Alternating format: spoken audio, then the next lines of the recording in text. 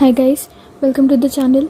तो आज हम डिस्कस करेंगे कॉन्सेप्ट ऑफ इलेक्ट्रिक फील्ड कि इलेक्ट्रिक फील्ड के कॉन्सेप्ट को हम क्यों यूज़ करते हैं, कहाँ यूज़ करते हैं और इसकी ज़रूरत क्यों पड़ी है। तो बेसिकली अब तक हमने दो लॉज पढ़े हैं, Newton's law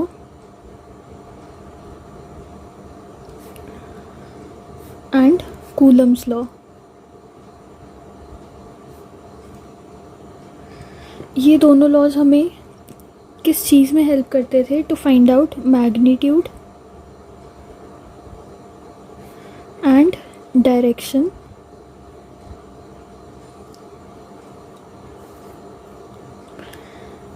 in case of interactions, जहाँ पे पॉइंट चार्जेस की या पॉइंट मासेस की इंटरैक्शंस हो रही है, जब उन पे ग्रेविटेशनल या फिर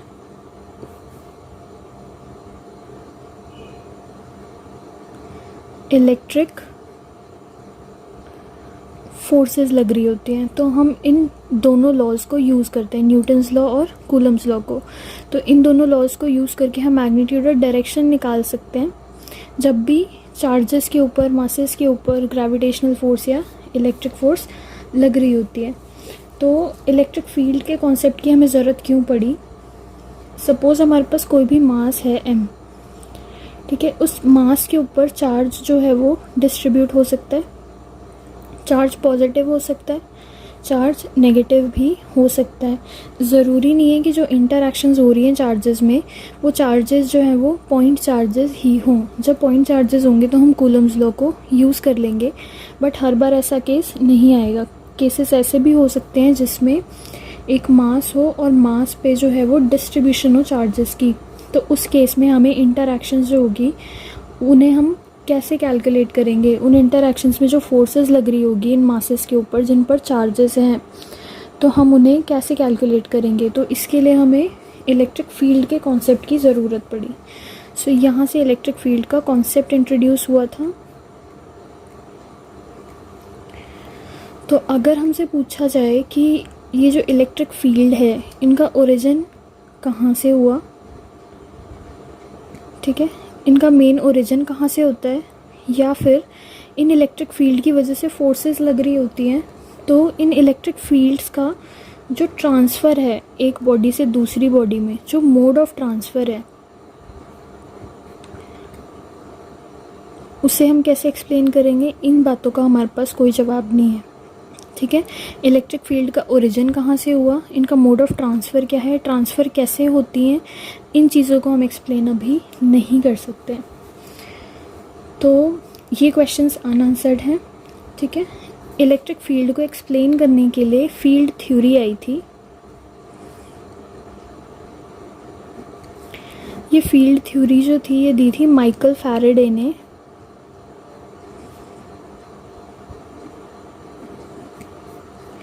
और इस थ्योरी के अकॉर्डिंग हम इंटरैक्शंस डिफ़ाइन करेंगे। ये थ्योरी एक्सप्लेन करेगी interactions between Q and Q not. अब क्वेश्चन ये है कि Q और Q नॉट क्या होते हैं। Q होगा, सपोज़ कीजिए कोई भी बॉडी है, उसके ऊपर चार्ज हो सकता है Q। और Q नॉट क्या है? Q नॉट हमें डिफ़ाइन करना होगा कि Q नॉट क्या होता है। Q नॉट को हम नाम देंगे test charge. Q not infinitesimally small charge होता है, बहुत ही ज़्यादा स्मॉल चार्ज। तो हम इसको क्यों यूज़ करते हैं, इसको भी हम डिस्कस करेंगे। तो सबसे पहले हम देख लेते हैं, हमारे पास कोई भी एक बॉडी है, उस पर Q पॉजिटिव चार्ज है। तो Q पॉजिटिव चार्ज होगा अगर किसी बॉडी पे, तो बाय कन्वेंशन उसकी जो इलेक्ट्रिक फील्ड लाइंस होंगी वो रेडियली आउटवर्ड होंगी।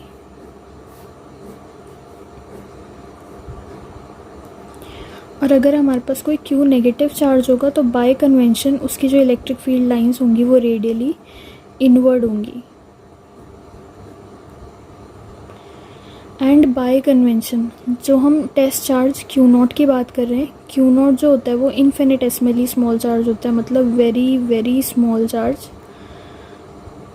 इतना स्मॉल कि इसकी जो इलेक्ट्रिक फील्ड होती है, ये जो लाइंस हमने ड्रॉ की है, इसकी जो इलेक्ट्रिक फील्ड होती है इसको हम निगलेक्ट कर सकते हैं, निग्लेजिबल इलेक्ट्रिक फील्ड होती है इसकी। तो बाय कन्वेंशन ये जो Q0 टेस्ट चार्ज होता है, जो टेस्ट चार्ज है ये पॉजिटिव होता है। बाय कन्वेंशन इसे हम पॉजिटिव मान के चलते हैं। तो जो Q पॉजिटिव है उसकी जो फील्ड लाइंस होंगी वो होंगी रेडियली आउटवर्ड्स,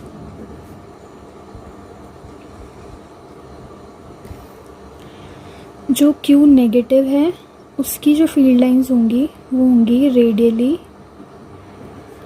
इनवर्ड्स। Q0 होगा हमारा टेस्ट चार्ज, जो बहुत ही ज़्यादा स्मॉल चार्ज होता है, इतना स्मॉल कि उसकी इलेक्ट्रिक फील्ड जो है उसको हम नेगलेक्ट कर सकते हैं। एंड बाय कन्वेंशन Q0 को हम पॉजिटिव मान के चलते हैं। तो Q0 क्यों रिक्वायर्ड होता है? Q0 जो होता है वो हमें हेल्प करता है डिटेक्ट करने के लिए field due to Q। Suppose ये Q है, इस Q की ये फील्ड लाइंस हैं, इन फील्ड लाइंस को हमें डिटेक्ट करना है। उसे डिटेक्ट करने के लिए हमें ये टेस्ट चार्ज रिक्वायर्ड होता है। तो ये टेस्ट चार्ज की हेल्प से हम इसकी जो फील्ड है उसको किसी भी पॉइंट पे हम कैलकुलेट कर सकते हैं।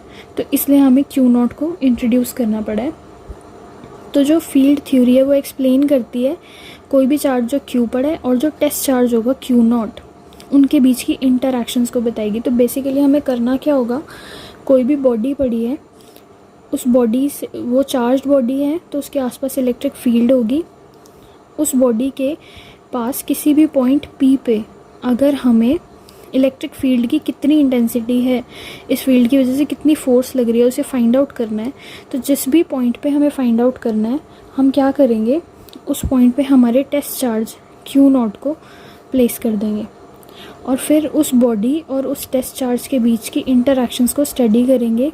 उन इंटरैक्शंस को स्टडी करने के लिए हमें फील्ड थ्योरी रिक्वायर्ड होगी। तो फील्ड थ्योरी जो होगी वो इन इंटरैक्शंस को एक्सप्लेन करेगी। तो अब हम बात करते हैं कि इलेक्ट्रिक फील्ड जो होगी वो होती क्या है। What is electric field? तो इलेक्ट्रिक फील्ड क्या होगी, किसी भी पॉइंट P पर हमें इलेक्ट्रिक फील्ड की इंटेंसिटी अगर फाइंड आउट करनी होगी तो फील्ड होगी क्या, उसको अगर मैं E से डिनोट करूँ तो वो होगी फोर्स पर unit test charge. Electric field होती है फोर्स पर यूनिट टेस्ट चार्ज। तो ये फॉर्मूला होता है F/Q0। तो अगर मैं इसकी यूनिट की बात करूँ तो वो भी क्या हो जाएगी, unit of force divided by unit of Q0। तो फोर्स की यूनिट होती है हमारे पास न्यूटन और Q0 की यूनिट होती है हमारे पास कूलम। तो इसकी यूनिट हो जाएगी, E की यूनिट हो जाएगी हमारे पास न्यूटन पर कूलम। अब अगर मैं बात करूँ इसके डायमेंशनल फार्मूला की,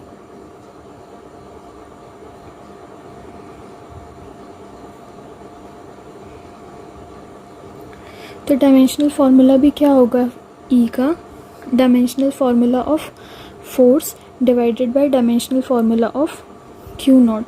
तो फोर्स का डायमेंशनल फार्मूला होता है mLT-2 और Q0 चार्ज का होता है 80। तो ओवरऑल इसका डायमेंशनल फार्मूला हो जाएगा mLT-3A-1। तो हो जाएगा डायमेंशनल फार्मूला इलेक्ट्रिक फील्ड का। तो ये हो गया कॉन्सेप्ट फील्ड थ्योरी का। इसे हमने थोड़ा सा पढ़ लिया है कि Q पॉजिटिव होगा अगर हमारे पास बॉडी, तो उसकी फील्ड जो होगी रेडियली आउटवर्ड होगी, नेगेटिव होगा तो रेडियली इनवर्ड होगी। Q0 क्या होता है, टेस्ट चार्ज। क्यों रिक्वायर्ड है, ताकि हम फील्ड की इंटेंसिटी जिस भी पॉइंट पे फाइंड आउट करना चाहते हैं उस पॉइंट पे Q0 हमारे टेस्ट चार्ज को प्लेस करके उस टेस्ट चार्ज और उस जो चार्ज जो उसके आसपास में प्रेजेंट है उसके बीच की इंटरैक्शंस को स्टडी कर सकें और फोर्स जो एग्जीक्यूट हो रही है उसे हम फाइंड आउट कर सकें। उसके बाद हमने देख लिया यूनिट क्या होगी उसकी, इलेक्ट्रिक फील्ड की डायमेंशनल फार्मूला क्या होगा। अब हम देखेंगे इलेक्ट्रिक फील्ड वेक्टर फॉर्म में, जस्ट लाइक हमने जैसे फोर्स देखी थी, सिमिलर तरीके से हम इलेक्ट्रिक फील्ड जो है उसको वेक्टर फॉर्म में स्टडी करेंगे। तो अब अगर हम बात करें इलेक्ट्रिक फील्ड इन वेक्टर फॉर्म की,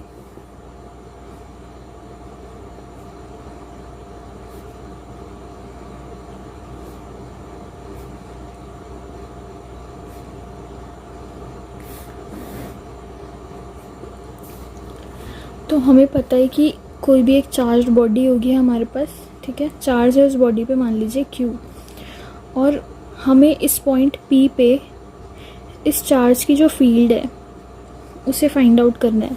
तो हम क्या करेंगे, इस पॉइंट P पे हमारे टेस्ट चार्ज Q0 को प्लेस कर देंगे। तो इलेक्ट्रिक फील्ड जो होती है वो होती क्या है, KQ/r²। अगर हमें इसको वेक्टर फॉर्म में चेंज करना है तो हम क्या करेंगे, यहाँ पे r कैप को इंट्रोड्यूस कर देंगे। ये क्या है, हमारा यूनिट वेक्टर। तो इलेक्ट्रिक फील्ड क्या आ जाएगी, KQ/r²।